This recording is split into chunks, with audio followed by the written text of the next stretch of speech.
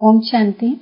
7/7/21 की वाणी है। मीठे बच्चे, तुम यहाँ आए हो अपने सहित सारी दुनिया की काया कल्पतरु बनाने। याद से ही काया कल्पतरु होगी। प्रश्न, नरकवासी से स्वर्गवासी बनने की विधि कौन सी है? अभी तुम बच्चों को जीदान मिलता है, कैसे? उत्तर, नरकवासी से स्वर्गवासी बनने के लिए जरूर मरना पड़े। बाबा कहते, मैं आया हूँ तुम सबको मौत देने। तुम्हारी इस देह को खत्म कराए बाकी आत्माओं को ले जाऊंगा। यही सच्चा जीदान है। इसके लिए यह महाभारत लड़ाई है जिसमें सबका विनाश होगा। फिर आत्माएं पावन बन वापस घर जाएंगी, फिर स्वर्ग में आएंगी। गीत माता ओ माता तू सबके भाग्य विधाता। ओम शांति। मीठे मीठे रूहानी बच्चों ने गीत की लाइन सुनी, जगत अम्बा की महिमा सुनी। जगत अम्बा यहाँ भारत में ही गाई जाती है। जगत अम्बा है तो जगत पिता भी जरूर होगा। जगत अम्बा सरस्वती को ही कहते हैं। वास्तव में उनका नाम एक ही होना चाहिए। तुम्हारा भी नाम एक ही है ना? 2-3 तो नहीं है। अब जगत अम्बा को बरोबर साकार में दिखाते हैं। शरीरधारी है। जगत पिता भी है जिसको प्रजापिता भी कहा जाता है। जैसे सारे जगत की अम्बा है वैसे सारे जगत का पिता है। जरूर दोनों ही यहाँ होंगे। दोनों का नाम भी सुनाया। दोनों है प्रजापिता और प्रजा माता। अब दूसरा जगत पिता कहा जाता है निराकार शिव बाबा को, जो कि सबके पिता है।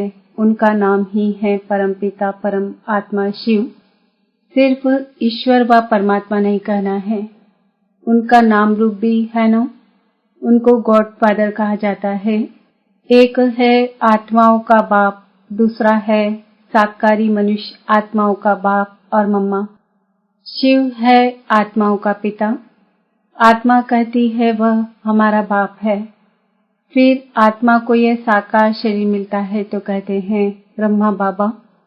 तो 2 बाप हो गए, एक शिव बाबा, दूसरा प्रजापिता ब्रह्मा। शिव बाबा का बच्चा है ब्रह्मा। एक निराकार पिता, एक साकारी पिता। निराकार पिता को कहा जाता है पतित पावन। ब्रह्मा व सरस्वती को पतित पावन नहीं कहा जाता। पतित पावन तो एक है, यह 2 हो गए। सब पुकारते हैं पतित पावन आओ, तो 2 बाप हो गए। शिव बाबा है रचयिता। नई दुनिया रचते हैं तो पहले ब्रह्मा को जरूर रचना है। विष्णु और शंकर को कभी प्रजापिता नहीं कहते हैं, ब्रह्मा को ही प्रजापिता कहते हैं। तो शिव बाबा प्रजापिता ब्रह्मा द्वारा अडॉप्ट करते हैं। कहते हैं हम शिव बाबा के बच्चे हैं। शिव बाबा ने इसमें प्रवेश कर अडॉप्ट किया है। वही आत्माओं को पावन बनाते हैं। आत्मा ही पतित बनी है, इस कारण शरीर भी पतित मिलता है। सोने में चांदी तांबे लोहे की खाद डालते हैं तो आत्मा में भी खाद पड़ती है।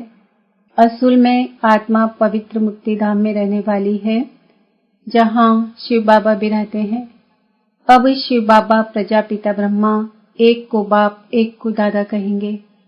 यह तो तुम जानते हो। सब मनुष्य मात्र शिव की संतान है।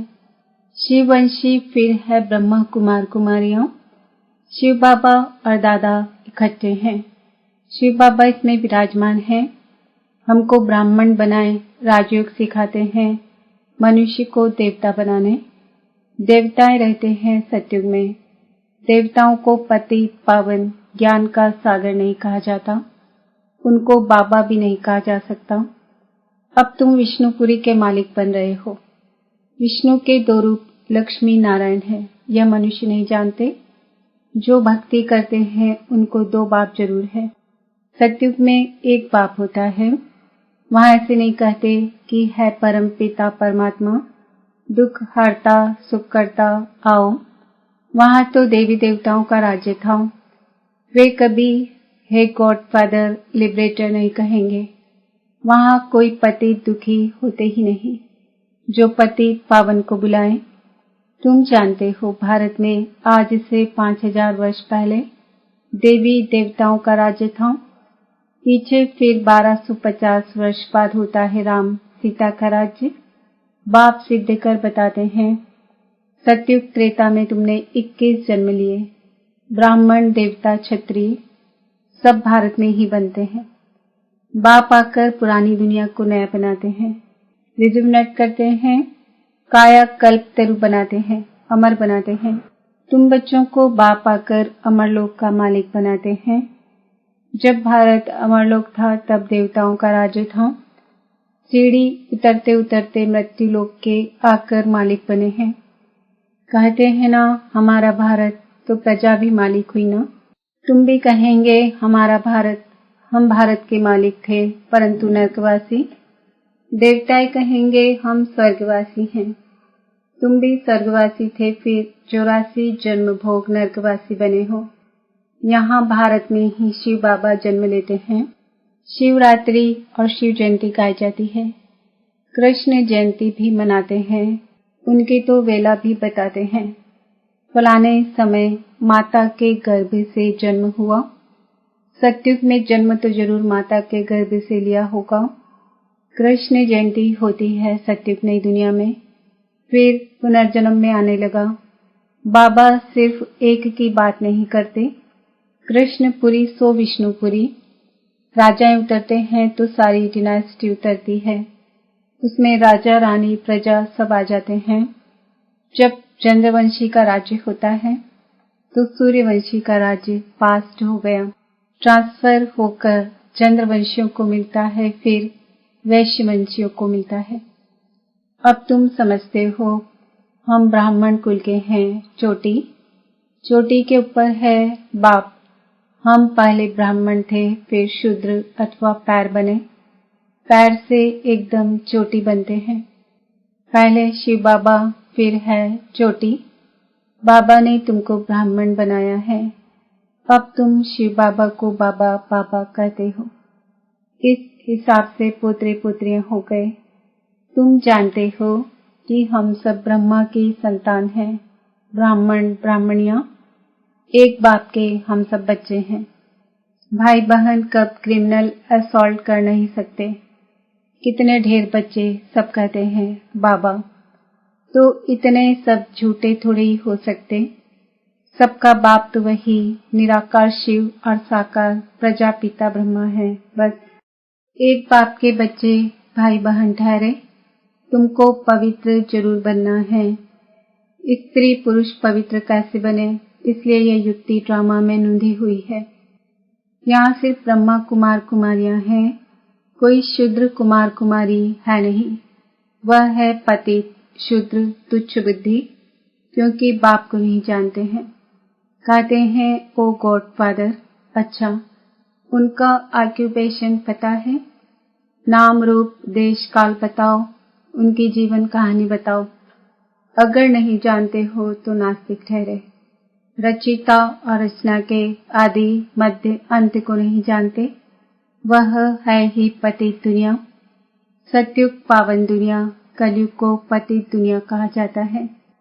इस समय बिल्कुल तमो प्रधान है। इनको रौरव नर्क कहा जाता है। इनकी भी स्टेजेस होती है। द्वापर से नर्क बनना शुरू होता है, फिर वृद्धि को पाता है।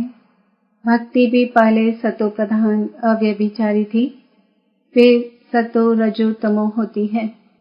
तुमने देखा होगा जहाँ 3 रास्ते मिलते हैं उसको तिवाटा कहते हैं। उस पर तेल आदि चढ़ाते हैं, माथा झुकाते हैं। अब कहाँ शिव बाबा की पूजा, कहाँ तिवाटे की। इसको कहा जाता है तमो प्रधान भक्ति। पानी की भी पूजा करते हैं। पतित पावनी गंगा बहुत गाते हैं। अब पतित पावन कौन? पानी की गंगा कैसे पतित पावनी हो सकती है? वह तो पानी है ना। पतित पावन तो बाप है। शिव जयंती भी भारत में होती है तो जरूर भारत में ही आता होगा। पतितों को पावन देवता बनाने। ब्रह्मा तन में आकर मनुष्यों को देवता बनाते हैं। यहाँ तुम आते ही हो पतित से पावन बनने। जैसे तुम्हारी 2 भुजाएं हैं, वैसे उन्हों की भी 2 भुजाएं हैं। 4-8 भुजा वाला कोई मनुष्य होता नहीं, यह अलंकार दे दिए हैं। चतुर्भुज दिखाया है प्रवृत्ति दिखाने के लिए। विष्णुपुरी लक्ष्मी नारायण की पुरी को कहा जाता है। वैष्णव अक्षर भी विष्णु से निकला है।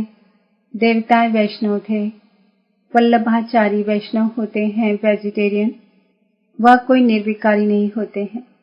उन्हों की बड़ी हवेलियां होती है। वैष्णव का अर्थ ही नहीं समझते हैं। विष्णुपुरी में रहने वाले को वैष्णव कहा जाता है। वैष्णव पवित्र को कहा जाता है।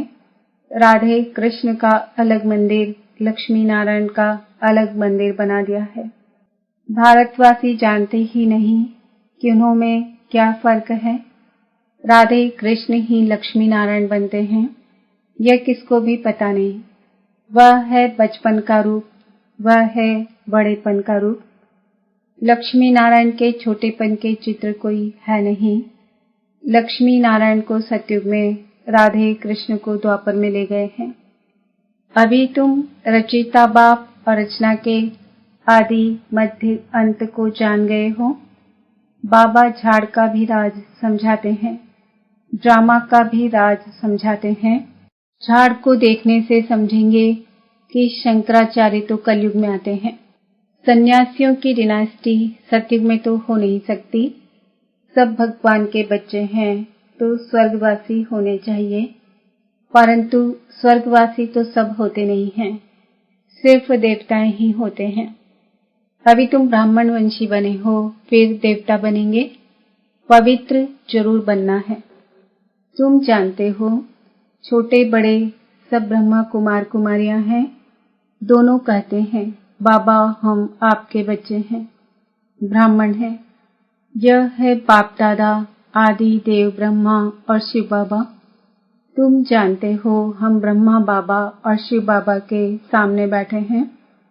बाप कहते हैं मुझे याद करो तो पतित से पावन बन जाएंगे।